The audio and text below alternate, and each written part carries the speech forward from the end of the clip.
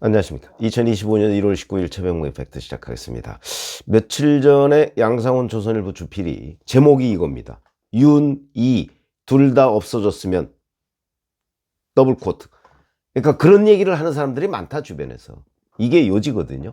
윤석열 대통령과 이재명 대표가 함께 없어졌으면, 함께 역사의 무대 뒤로 퇴장했으면 하는 얘기를 하는 사람들이 많고, 그런 얘기를 너무나 많이 듣는다. 저도 주변에서 그런 얘기들을 많이 들었습니다. 그러니까 윤 대통령 싫은데, 근데 이재명 대표가 대통령이 되는 건 더 싫다. 결론은 둘 다 역사의 무대 뒤로 퇴장했으면 좋겠다. 뭐 이런 거거든요. 다 뭐 이유가 있죠. 반대하는 사람들도 많을 것이고요. 뭐 이재명 대표는 억울하겠죠. 윤석열 대통령은 그래도 대통령이 되고 지금 이제 오늘부로 구속이 됐지만 어쨌든, 자, 그래서 일반적으로 평균적인 유권자들의 생각이 무엇일까, 이런 것들이 굉장히 중요한 대목이거든요. 정치에서는 결국 이게 선거에서의 승패를 좌우하는 요인이 됩니다. 자, 그러면 여기서부터 이제 제가 왜 공생채라고 자꾸 얘기를 하느냐, 왜 세트, 공생채가 세트라는 얘기죠. 그러니까 함께 등장했다가 또 상대에 대해서 이 사람이 굉장히 강한데, 그런데 또 함께 퇴장할 위기에 몰렸느냐, 뭐 이런 부분을 말씀을 드리려고 합니다. 자, 지금 국면을 한번 생각해 보시죠. 윤석열 대통령과 여권에는 최악의 국면입니다. 윤 대통령이 비상계엄 선포했다가 철회했죠. 그 이후에 이 문제로 탄핵소추안이 국회에서 가결됐죠. 그 다음에 공수처가 수사한다고 그래서 체포 영장을 집행했죠. 체포가 돼서 서울구치소에 수감되고, 오늘은 이제 구속영장이 청구돼서 발부까지 됐죠. 최악의 국면입니다. 지난 한 달 보름간 국민의힘 수습한다고 비대위 체제가 출범했지만 어정쩡합니다. 국민의힘이 국민의 지지를 다시 받을 만한 요인이 없었습니다. 그럼 지난 한 달 보름간은 민주당이 북치고 장구치고 모든 걸 다 기획하고 연출한 결과고, 그 결과에 대한 평가가 여론조사입니다. 근데 여론조사는 어떻게 됩니까?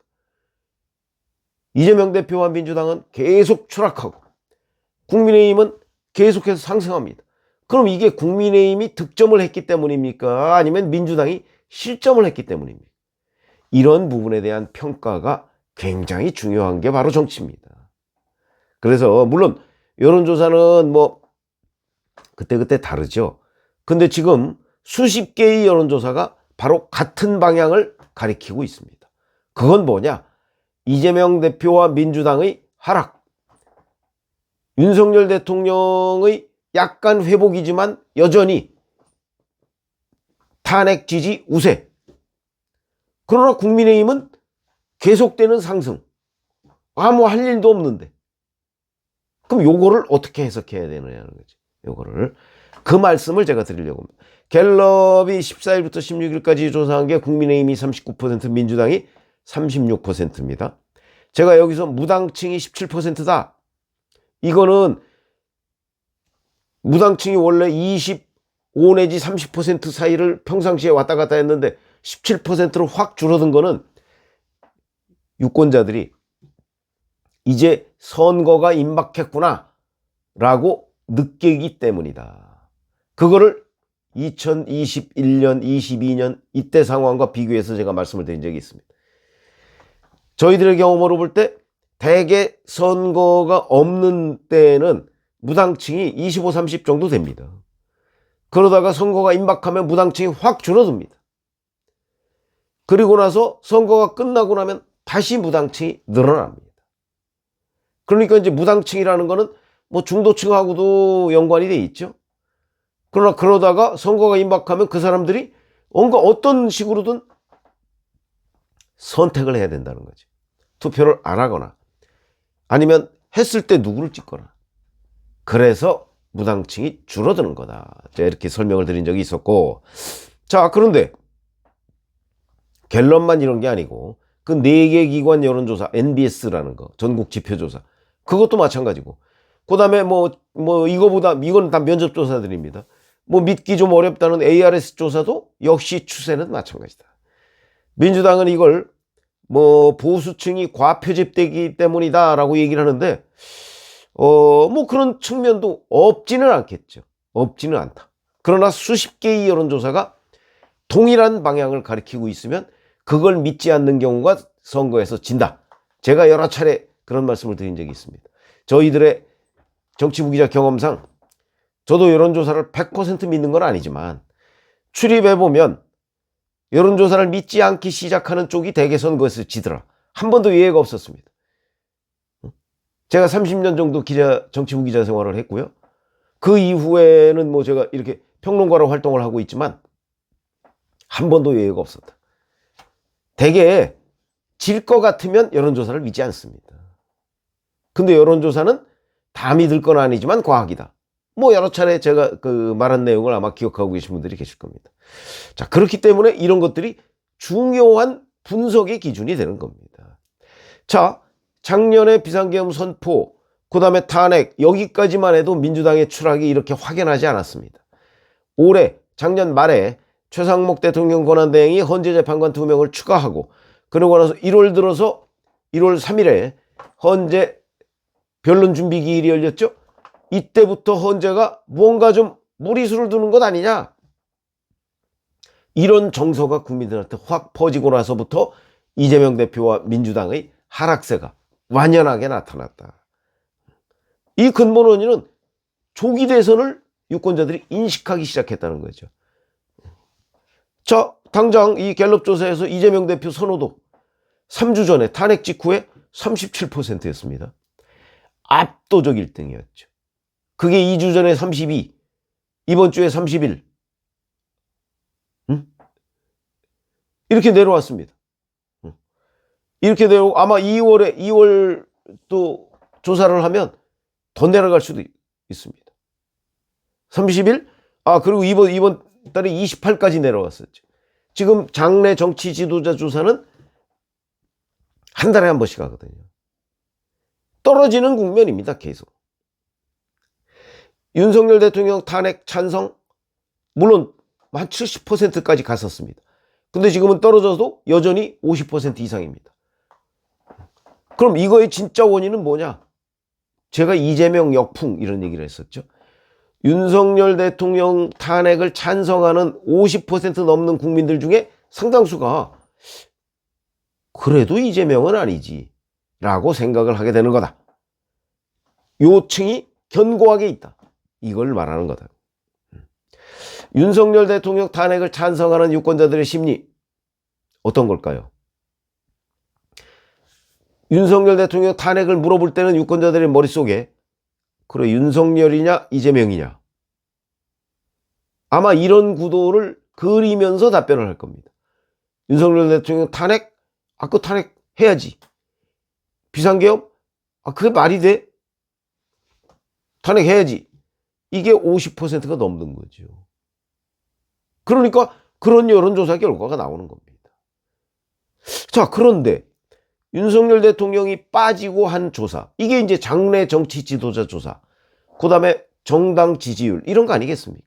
거기에는 윤석열이라는 이름이 나오지 않습니다. 그러면 여기서부터 이제 응답자들은 혼란을 겪는 거죠. 이제 윤석열 이름 없습니다. 그러면 이제 정당 지지도 조사나 아니면 장내 정치 지도자 조사에서는 이재명이 나올 수밖에 없는 구도죠. 혼란.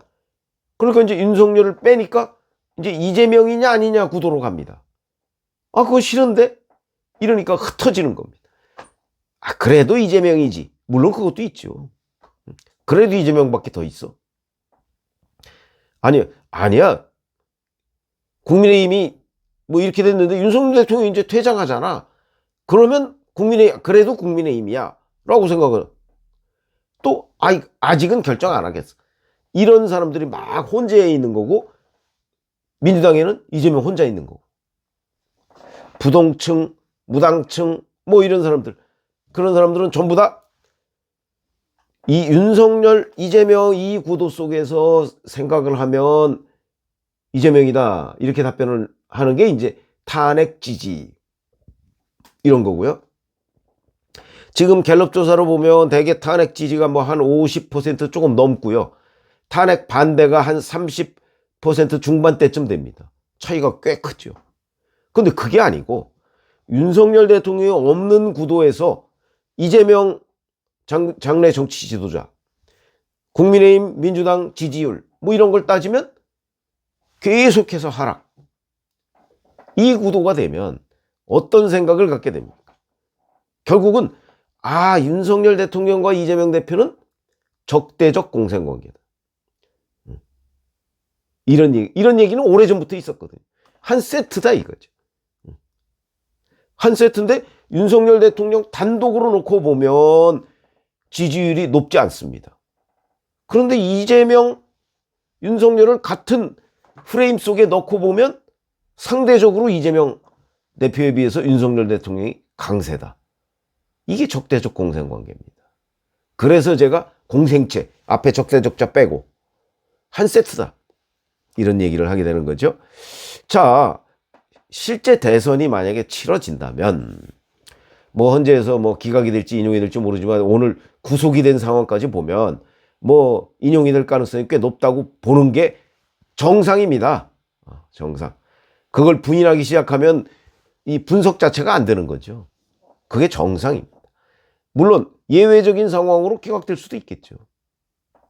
그러나 여하튼 인용된다는 걸 전제로 지금 여론조사에 응하는 응답자들이 그렇게 생각을 많이 하고 있습니다. 자, 그러니까 실제 만약에 대선이 치러지면 이재명 대표는 선거법 재판 2심 선고 후 또는 아주 최악의 경우에는 피선거권이 상실되겠지만 뭐 그렇게까지는 가지 않을 것으로 본다. 그럼 2심 선고 후 아니면 2심 선고가 그때까지 나오지 않더라도 2심 선고를 지연시키기 위해서 온갖 꼼수를 동원한 것들이 적나라하게 국민 앞에 드러날 거다. 왜? 서울고법 형사 6부가 3월 12일까지 새로운 사건을 안 만든다고 하거든요. 그러면 그것이 선고까지를 얘기하냐 아니면 결심 공판까지를 얘기하냐. 물론 그건 의문의 여지가 있습니다. 근데 이제 그거를 막기 위해서 이재명 피고인 측이 엄청난 상상할 수 없는 재판 지연책을 쓸 거거든요. 그게 낱낱이 국민 앞에 공개되겠죠. 그랬을 때 이재명 대표가 여전히 정당하다고 생각하는 사람이 얼마나 남아있겠는가. 그렇게 많이 남아있을 것 같지 않습니다. 자, 그런 상황에서 국민의힘 후보 아직 미지수입니다. 근데 국민의힘 후보가 만약에 등장을 한다면 윤석열 대통령과의 관계를 지금처럼 어정쩡하게 가져갈까요? 아니면 단절 국면으로 가져갈까요? 단절 국면으로 가져가지 않을 수가 없죠. 그렇게 되면 윤석열, 이재명 이 적대적 공생관계가 새로운 국민의힘 후보의 등장과 함께 무너지는 겁니다. 이 구도가. 물론 이재명 대표는 여전히 국민의힘을 윤석열 대통령과 한 통속이다 이렇게 몰아가겠죠. 계속 그런 구도로 아마 선거를 치르려고 할 텐데 국민의힘에서 나오는 새로운 후보는 윤석열 대통령과의 관계를 끊으면서 대선 구도를 지금 진행을 할 가능성이 대단히 높거든요. 그렇게 되면 이재명 대표가 타겟으로 했던 윤석열 심판, 이거는 국민 머릿속에서 대부분 사라지죠. 이제는 윤석열 이재명 구도가 아니다. 그런 공생체 관계가 아니다. 이제 이렇게 되는 겁니다. 그래서 지금 현재 이제 이재명 대표는 이 최악의 국면인 윤석열 대통령과 공생체 관계라면 앞날에 조금 더 희망이 미치겠지만 이제 그 관계는 끝나간다. 이런 거죠. 이렇게 되면 새로운 구도 속에서 이재명 대표가 정치를 해나가야 되는데 그 새로운 구도는 또다시 이재명 대표와 적대적 공생관계에 있는 사람이 나타날 리가 없죠. 그렇기 때문에 이 적대적 공생체, 윤석열, 이재명 공생체라는 구도가 사실은 정치에서는 그리고 지금 2025년 1월부터 한 4월, 5월까지의 이 구도 속에서는 대단히 중요한 의미를 갖는다. 이런 걸 설명을 드렸습니다. 고맙습니다.